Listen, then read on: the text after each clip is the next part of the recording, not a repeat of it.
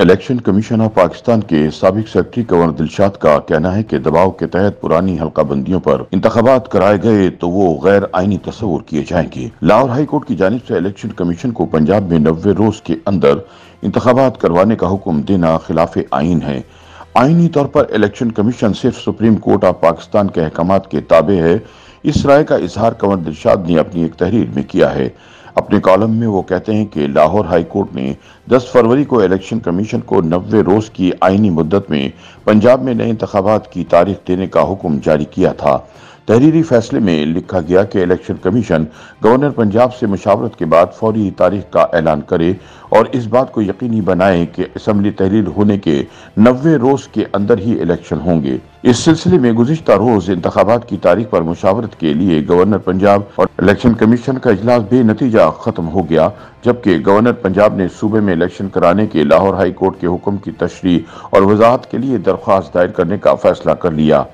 आईनी माहिरीन के मुताबिक आइन के आर्टिकल 219 जो कि इलेक्शन कमीशन की ड्यूटीज से मुतालिक है कि रूह से कोई इदारा इलेक्शन कमीशन के इलेक्शन से मुतालिक मामलात में दखल देने का आईनी तौर पर मिजाज नहीं है और इस सिलसिले में साबिक चीफ जस्टिस गुलजार अहमद और साबिक चीफ जस्टिस आसिफ सईद खोसा के अहम फैसले अदालती रिकॉर्ड पर मौजूद हैं। आईनी तौर पर इलेक्शन कमीशन सिर्फ सुप्रीम कोर्ट ऑफ पाकिस्तान के अहकामात के ताबे है। लाहौर हाई कोर्ट के इस फैसले के खिलाफ governor Punjab intra court appeal में जाने का इस्तेकाक रखते हैं।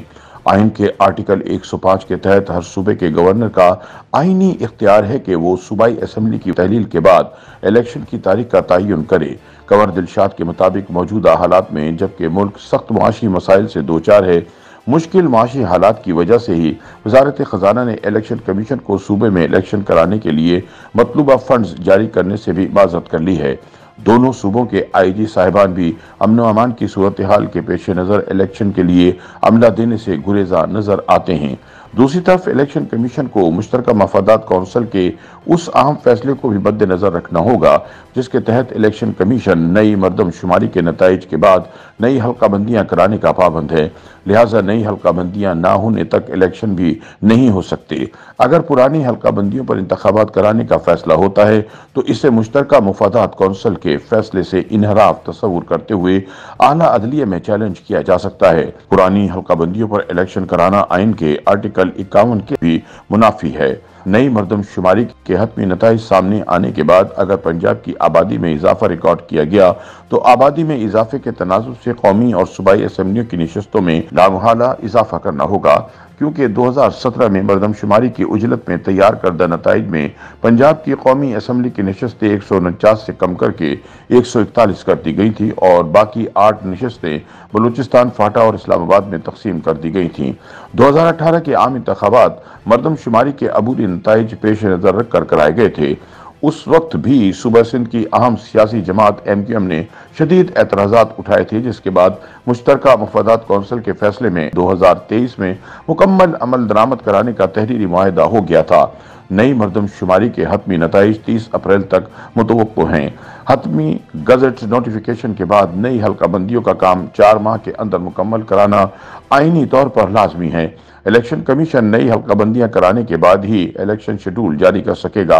अगर सियासी दबाव के तहत पुरानी हल्काबंदियों पर इंतखाबात कराए गए तो वो गैर आईनी तस्वुर किए जाएंगे और मुखालिफ फरीक सुप्रीम कोर्ट ऑफ पाकिस्तान में आईनी पिटीशन दाखिल करा सकता है और इस तरह पुरानी हल्काबंदियों के तहत इंतखाबात कराने का अमल गैर आईनी करार दिया जा सकता है। 90 रोज में इलेक्शन के इनकाद का हुक्म देते हुए इन सब अवामिल को पेश नजर रखना चाहिए था। नई मरदमशुमारी के हतमी नताइज के बाद सिंध के बड़े अजला बिलखुसूस कराची, हैदराबाद और मीरपुर खास में कौमी और सूबाई असम्बलियों की तादाद में भी इजाफा करना होगा, क्योंकि इन अजला में आबादी में इजाफा रिकॉर्ड किया गया है। कराची में कौमी असम्बली की नशस्तों में इजाफा MQM के मफाद में भी है। मेरे नज़दीक अगर election commission of Pakistan Lahore high court के इस फैसले के खिलाफ इंट्रा कोर्ट अपील में जाता है तो उसे उन्हीं बुनियादों पर अपील में जाना होगा या फिर गवर्नर पंजाब सिंगल बेंच के इस फैसले को आला अदालत में भी चैलेंज कर सकते हैं।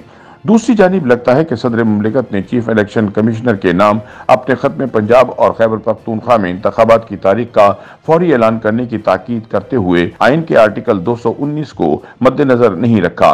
इलेक्शन शेड्यूल जारी करने का आईनी इस्तेहकाक इलेक्शन कमीशन ऑफ पाकिस्तान को दिया गया है और इलेक्शन कमीशन ने आइन के आर्टिकल 218 के तहत ही फैसला करना होता है। मुल्क इस वक्त ऐसी बेशुमार मुश्किलात का शिकार है जिनके हल के लिए सुप्रीम कोर्ट से रहनुमाई हासिल करना होगी। साथ ही सियासतदानों को अपने रवैयों और सोच के जावियों को भी तब्दील करना होगा, क्योंकि जब तक उनका सोचने का अंदाज और रवैये जमहूरी इक़दार से पूरी तरह हम आहंग नहीं होते, मुल्क ऐसी मुश्किलात में ही घिरा रहेगा।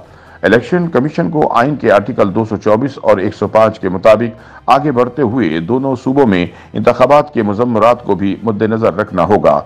अगर मुअज़्ज़िज़ अदालत आलिया के फैसले की रोशनी में पंजाब में इंतखाबात करा दिए जाते हैं तो कामयाब होने वाली जमात की नवंबर 2023 तक यहाँ हुकूमत तश्कील पा जाएगी। फिर जब कौमी असम्बली के इंतखाबात का मरहला आएगा तो दोनों सूबों में गैर जानिबदार निगरान हुकूमतों की बजाय जानिबदार नई हुकूमतों की वजह से यहाँ कौमी असम्बली के इंतखाबात की शफाफियत पर भी सवाल उठ सकते हैं। ये बात तो तय है कि 2 सूबाई असम्बलियों के आम इंतखाबात होने हैं। कौमी असम्बली के ज़िमनी इंतखाबात ना हों तो भी नया इलेक्शन ज़्यादा दूर नहीं, इसलिए कई हलकों की तरफ से पूरे मुल्क में एक साथ इलेक्शन कराने की तजावीज़ भी सामने आई हैं, जिन पर इत्तफाक बहरहाल तमाम स्टेक होल्डर्स की रजामंदी के बाद ही हो सकता है और इस रजामंदी का वाहिद रास्ता मुज़ाकरात हैं। ऑल पार्टीज कॉन्फ्रेंस एक ऐसा प्लेटफॉर्म है जहां मुल्क की सब सियासी जमातें इकट्ठी होंगी। इस प्लेटफॉर्म पर भी ये मामला उठाया जा सकता है। मुल्क अजीज को इस वक्त कई अंदरूनी और बैरूनी चैलेंजेस का सामना है। मुल्क को दरपेश ये चैलेंजेस भी मुज़ाकरात का रास्ता खोलने के लिए काफ़ी हैं, लेकिन सियासतदान किसी भी हवाले से संजीदा रवैया इख्तियार करते नजर नहीं आते और हर सियासी जमात यहाँ ज़ाती मफादात के हुसूल की लड़ाई में मसरूफ़ है। माजी में ऐसी कई मिसालें मौजूद हैं जबकि मुल्क को दरपेश चैलेंजेस से नबुर्द आजमा होने के लिए सियासी जमातें यकजा होती रही हैं। हत्ता कि सदर अयूब खान भी 1969 में मुल्क को दरपेश मसाइल के हल के लिए ऑल पार्टीज कॉन्फ्रेंस के लिए तैयार हो गए थे। कंवर दिलशाद कहते हैं कि मेरी राय में इन सब अवामिल को मद्देनजर रखते हुए बेहतर यही है कि मुल्क में चारों सूबाई और कौमी असम्बली के इंतखाबात एक ही वक्त में मुनक्किद किए जाएं। आइन का आर्टिकल 218 भी इसी जानिब इशारा करता है।